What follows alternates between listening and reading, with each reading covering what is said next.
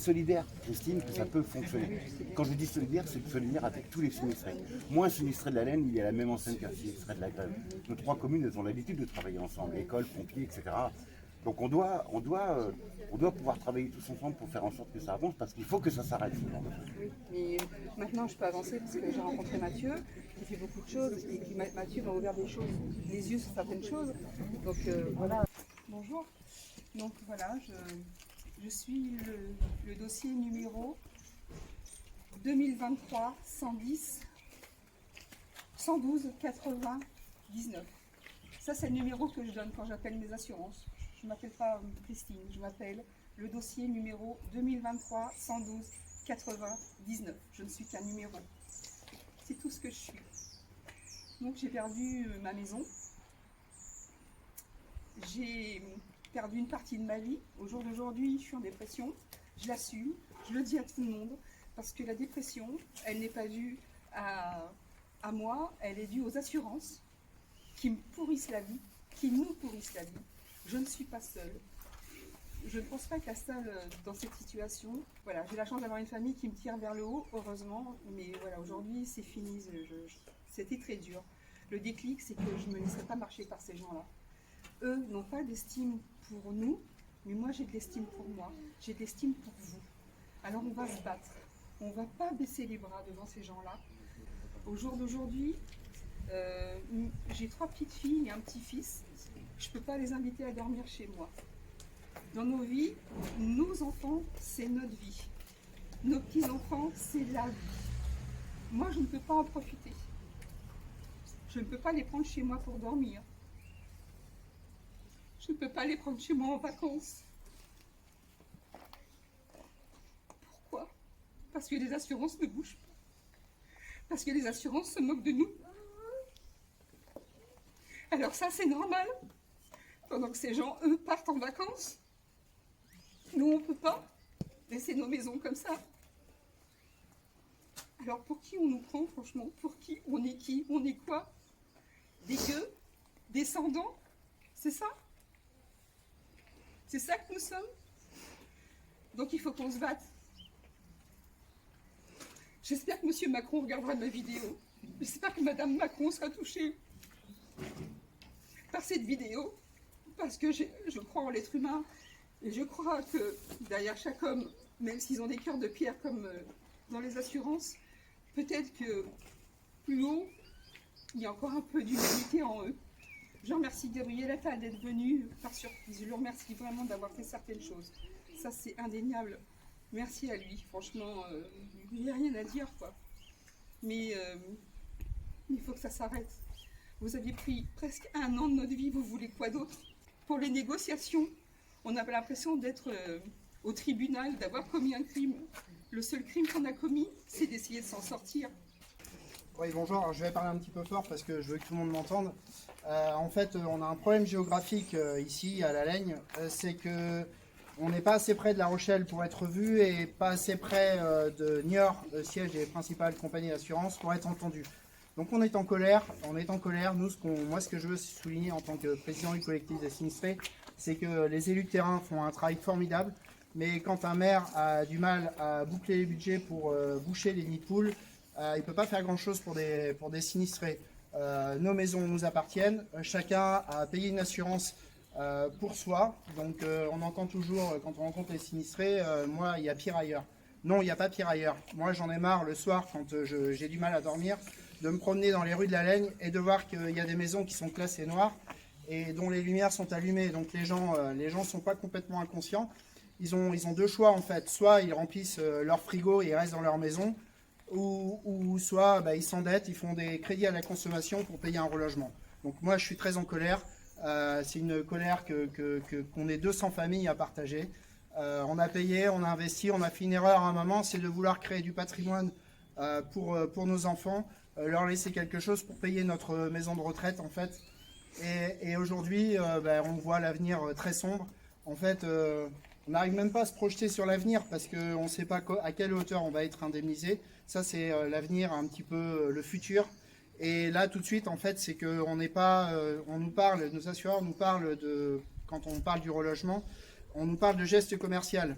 Donc là, il y a une lenteur des procédures, des process assurantiels qui est calamiteux. Et donc, oui, on nous parle de geste commercial. Non, en fait là, aujourd'hui, on tend la main, en fait, parce qu'on a faim.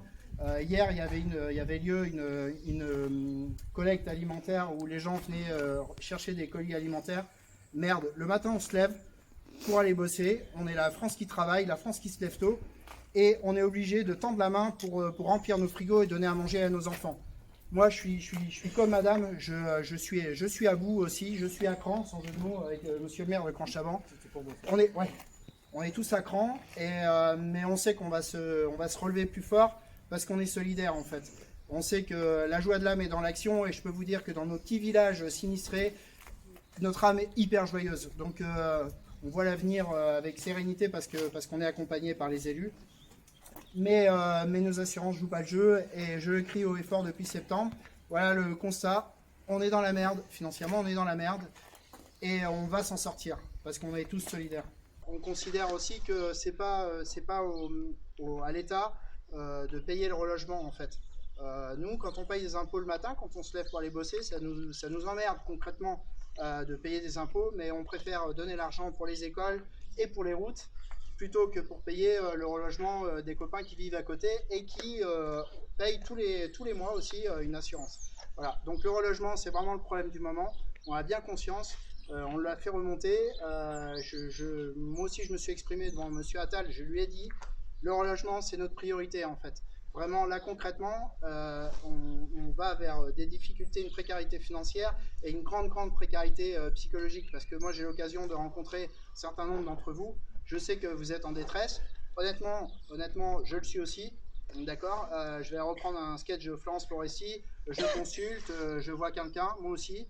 J'ai besoin d'un coup de main aussi en ce moment parce que je suis papa d'un petit garçon. Et quand je vois, quand il vit avec moi dans mon mobil-home et qu'en lieu et place d'une salle de jeu qu'il avait avant, il a une boîte à chaussures avec 3-4 petites voitures, franchement, ça me fout les boules. Donc, votre combat et le mien aussi. Et je vous assure qu'on ira au bout et qu'on va s'en sortir parce qu'on va être solidaires et qu'on va avancer. Désolé pour la communication. Moi, je n'étais pas dans le milieu associatif avant. C'est vrai, c'est une erreur. Voilà, on va y travailler. Mais on travaille. Mais franchement, on travaille. Et on travaille d'arrache-pied. Il y a des gens qui sont derrière, là, qui se montrent pas et qui travaillent aussi. Envoyez-nous des mails, faites-nous remonter les informations. Et franchement, on va avancer. Et je vous assure, on travaille aussi avec la Fondation de France pour monter un projet, en fait, ce qu'on voudrait, et en s'associant avec les communes. Moi, j'ai pas de pognon, mais j'ai des idées. Pour reprendre un vieux slogan, on voudrait que nos 3 communes soient un laboratoire en fait sur les normes antisismiques. Je ne veux pas, parce que moi aussi ça va m'impacter sur la valeur de mon bien, je ne veux pas dans nos 3 villages des maisons miquites. On veut un projet architectural qui va non seulement vous apaiser parce que vous vivrez dans une belle maison, mais aussi attirer des gens parce qu'il ne faut pas qu'on perde nos écoles, il ne faut pas qu'on perde nos habitants. Donc c'est pour ça aussi qu'avec les élus on se bat. Donc croyez bien que vous êtes tous dans la galère, on est tous dans la galère, mais qu'on va y arriver parce qu'on va se battre pour. Voilà. Alors eux, ils ont estimé une ampleur aux alentours de 850 000 et ils nous donnent 330 000, sur lequel nous avons accepté mais rien signé parce qu'ils ne nous répondent pas. Ce que j'estime pas assez, parce que nous là-dessus, je ne vais rien cacher, de toute façon j'ai plus rien. Alors, on a 108 000 € de crédit encore à rembourser, donc moins 330 000. Je vous laisse trouver une maison dans le même système que nous. C'est pas possible. C'est clair, c'est pas possible. Après, avec une reconstruction, avec nos propres devis, on est à 1 million, presque 1 million 100 000, 1 million 200 000. On n'a pas poursuivi parce que moi je voulais quitter cette maison plus vite. Parce que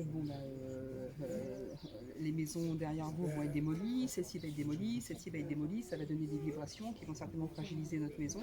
Il y a eu une caravane que l'assurance nous a payée. La caravane s'est embourbée au vu des conditions météorologiques, donc il a fallu qu'on se rapatrie ici parce que on travaille tous les deux, il faut qu'on dorme, il faut qu'on se lave, faut qu'on mange. Donc oui, la nuit j'entends des pierres tomber, oui je l'entends. On monte à l'étage, voir comment ça se passe. C'est Fabienne et René. Alors, je pense que à mes yeux, c'est la pire maison. C'est clair. attention, quand vous allez repartir, première à gauche, tout de suite à droite, vous allez voir le pignon de leur maison, c'est une catastrophe. Tous les jours on prie pour faire ça. Ils habitent dans leur caravane avec leurs enfants, leurs 2 grands-enfants. Leurs conditions de vie, je le souhaite à personne. Vraiment, je le souhaite à personne. On a une autre dame dans le lotissement, elle a une maison, elle a tellement peur que ça recommence, cette dame dort dans sa voiture. Elle vit dans sa maison, mais elle n'arrive pas à dormir chez elle. Elle dort dans sa voiture, cette dame a plus de 60 ans. Est-ce que c'est... Parce qu'il y a eu un certain nombre de catastrophes naturelles, y compris dans le Nord. Sauf que nous, on ne peut pas entendre, c'est pas un argument qui est audible pour nous, dans la mesure où nous, on paye des assurances individuellement pour nos maisons. En fait. Donc qu'il se passe des choses ailleurs, c'est pas qu'on s'en fiche, mais c'est que nous, notre préoccupation, elle est depuis le 16 juin. Et effectivement, force est de constater que la prise en charge est vraiment pas bonne. Elle est catastrophique. Et là, en ce moment, notre combat du moment, c'est vraiment le relogement. Vous voyez cette dame qui vit dans une maison classée noire. Moi, je ne peux pas l'admettre en fait. Cette dame vit dans une maison classée noire parce qu'elle n'a pas assez de pognon pour remplir son frigo. Et c'est le cas de très nombreux sinistrés. Donc, il faut savoir qu'il y a 200 familles, hein, pas 200 personnes, 200 familles qui vivent la même situation. Il y en a 30 qui ont été relogées par l'État, donc dans les fameux mobil-homes.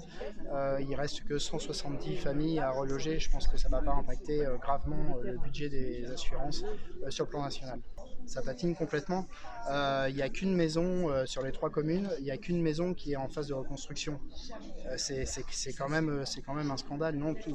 Tout est très long, et en plus c'est que les décisions tardent à venir sur le plan de la prise en charge assurantielle, et du coup après trouver des artisans ça va être compliqué.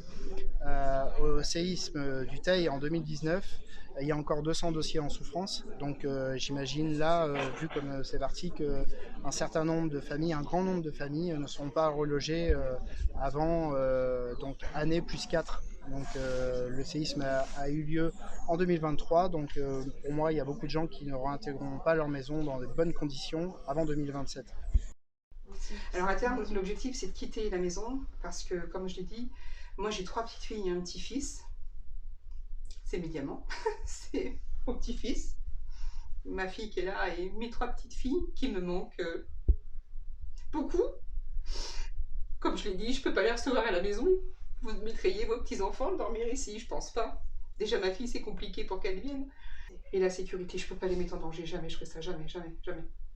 Alors je les prends, ma fille me les laisse. Je peux prendre mes petites filles, mais une journée, une après-midi, c'est pas un week-end chez mamie. C'est pas des fous rires dans le lit. C'est pas faire des crêpes dans la cuisine. Enfin, je peux rien faire ici. On m'enlève une partie de ma vie. C'est à quel prix ça ? 330 000 €. Le prix qu'on me donne, c'est le prix de ma maison, plus tous les dédommagements à faire. C'est quoi le prix d'un petit enfant qu'on peut pas voir ? Ça coûte combien ça ? Que les assurances me le disent, ça va me faire sourire.